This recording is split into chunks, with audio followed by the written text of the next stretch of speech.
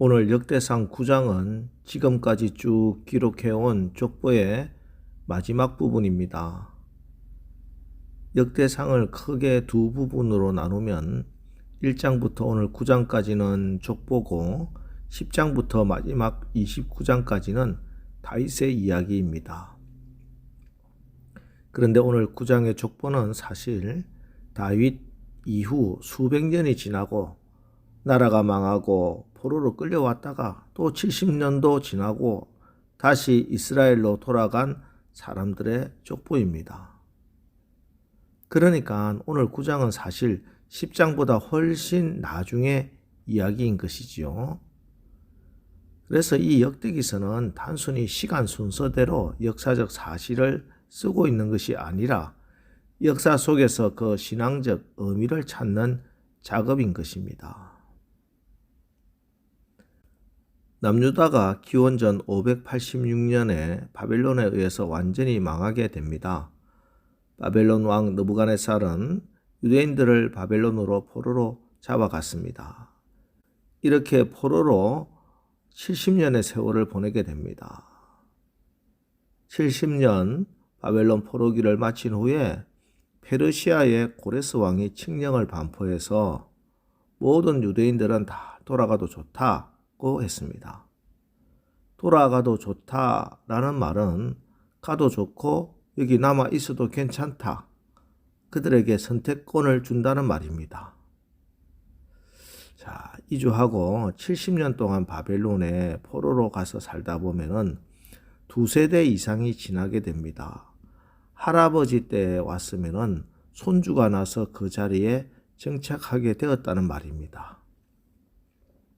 그런데 손주 때에 다시 이전에 우리 조상들이 살았던 예루살렘 유다 땅으로 돌아간다는 거 그리 쉬운 문제는 아닙니다. 이미 그 자리에 자리를 잡았기 때문입니다. 우리도 일제강점기에 미국 하와이의 사탕수수밭에 노동자로 간 조상들이 있지요. 지금으로부터 7, 80년 전입니다. 지금 그들의 후손들은 미국에 정착을 하고 살고 있습니다. 지난번에 어떤 프로그램을 보니 그 후손들이 나름 다 자리를 잡아서 살고 있고 할머니들 말고 한국말을 기억하고 있는 사람들은 거의 없더라고요. 그들이 조국에 다시 돌아오는 거 쉬운 결정이 아닙니다.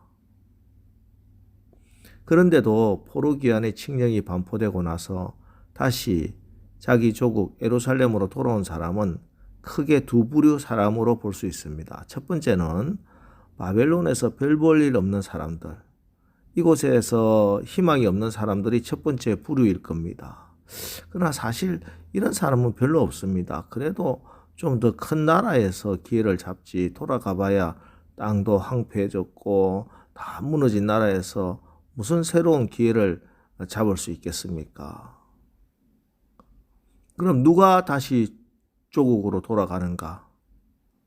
바로 사명감이 있는 사람들입니다.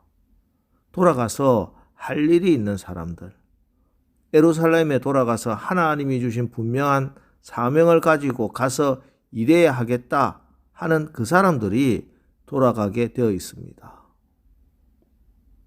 그래서 오늘 족보에 기록된 사람들은 사명이 있는 사람들, 왜 돌아왔는지 분명한 목적이 있는 귀한 명단입니다. 그럼 그들이 다시 예루살렘으로 돌아가서 해야 하는 사명, 그 목적이 무엇인가? 에스라는 돌아온 사람들의 명단을 기록하기 전에 그들이 포로로 잡혀간 이유를 1절에서 이렇게 기록하고 있습니다. 1절, 온 이스라엘이 그 계보대로 계수되어 그들은 이스라엘 왕조 실록에 기록되니라. 유다가 범죄함으로 말미암아 바벨론으로 사로잡혀 갔더니. 유다가 범죄함으로 말미암아 바벨론에 사로잡혀 갔다라고 분명하게 밝히고 있습니다. 사실 남유다가 망한 것은 여러 가지 정치적 역학관계로 설명할 수도 있습니다. 유다는 이집트와 바벨론 사이에 끼어있던 약소국이었고 바벨론은 이집트를 삼키기 위해서 유다를 호시탐탐 노리고 있었기 때문에 국제 정세의 희생양이 될 수밖에 없었다. 이렇게 설명하고 해석해도 아무도 시비할 사람 없습니다. 하지만 영적인 눈으로 볼 때 남유다가 망한 것은 그런 국제적인 역학 관계가 아니라 유다가 범죄했기 때문이라 하는 것입니다. 그 불순종과 범죄함이 무엇입니까? 우상숭배였습니다. 우상숭배로 하나님께 범죄하여 나라가 망하고 포로로 끌려가도록 그렇게 하나님이 내버려 두신 것입니다. 그래서 이제 회개하고 이 범죄함을 돌이키고 뉘우쳐서 다시 돌아온 사람들의 명단에 제일 첫머리에 있는 사람들입니다. 2절, 그들의 땅 안에 있는 성읍에 처음으로 거주한 이스라엘 사람들은 제사장들과 레위 사람들과 느디님 사람들이라. 포로로 귀환한 사람들의 가장 첫머리에 선 사람들은 제사장, 레위인, 느디님 사람들. 여기 느디님 사람은 아마 성전에서 사소한 일들을 돕는 사람들로 보입니다. 그러니까 이들은 바로 성전 때문에, 예배 때문에 돌아온 사람들입니다. 성전을 재건하기 위해서 돌아온 사람들, 예배를 다시 회복시키기 위해서 돌아온 사람들이 포로 귀환자들의 가장 선봉에 섰다 하고 기록하고 있습니다. 남유다가 망할 때 예루살렘 성전도 함께 불탔습니다. 느부갓네살이 성전을 불태우고 성전에 있는 모든 그릇들과 모든 물품들 전부 다 가져갔습니다. 성전은 완전히 무너졌습니다. 하지만 하나님께서는 포로기에 에스겔을 통해서 새로운 환상을 주셨습니다. 너희들이 돌아가면은 이런 성전을 다시 건축하라. 하나님께서 에스겔에게 성전 건축의 조감들을 허락해 주셨고 포로에서 귀환한 자들은 에스겔 성전 조감도를 가지고 돌아왔습니다. 그래서 이들이 다시 이스라엘로 예루살렘으로 돌아온 이유는 그들의 사명은 성전을 다시 세우는 것이었습니다. 이제 우리가 돌아가면은 하나님께서 원하시는 성전을 다시 세워야 되겠다.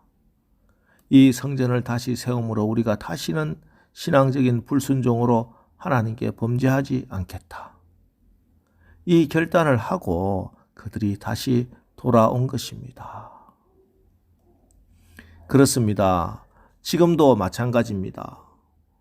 무너진 나라, 무너진 가정을 다시 세우는 것은 성전을 세우는 일부터 시작됩니다.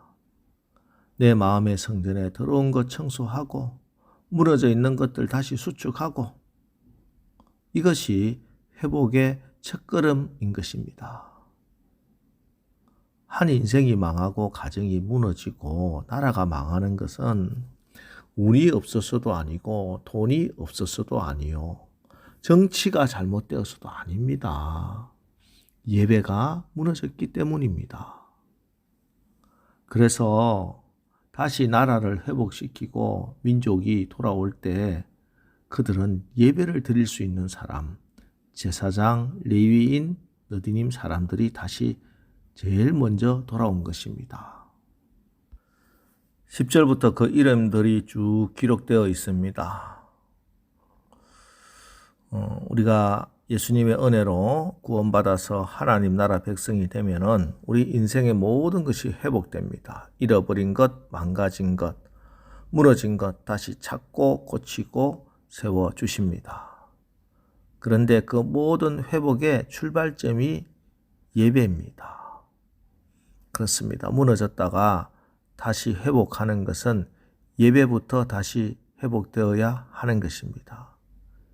예배가 회복되어야 우리의 삶이 새롭게 회복됩니다.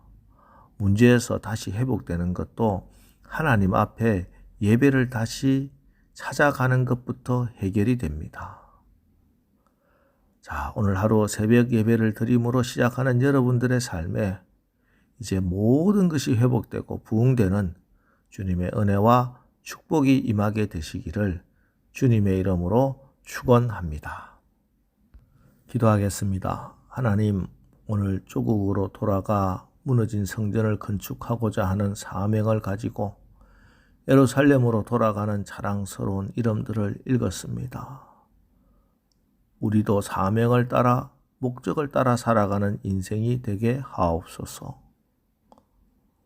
오늘 믿음이 도전을 받고 있는 이 어렵고 캄캄한 시대, 하나님의 도우심이 아니고서는 도저히 살아갈 수 없는 이 시대를 살아가며 하늘나라 백성된 우리가 가장 먼저 회복되어야 할 일이 예배인 것 다시 한번 말씀하셨사오니 우리의 예배가 회복됨으로 무너진 것들, 잃어버린 것들 다 회복되는 역사가 우리 가정의 사업장에 또 우리 교회와 이 나라에 일어나게 하옵소서.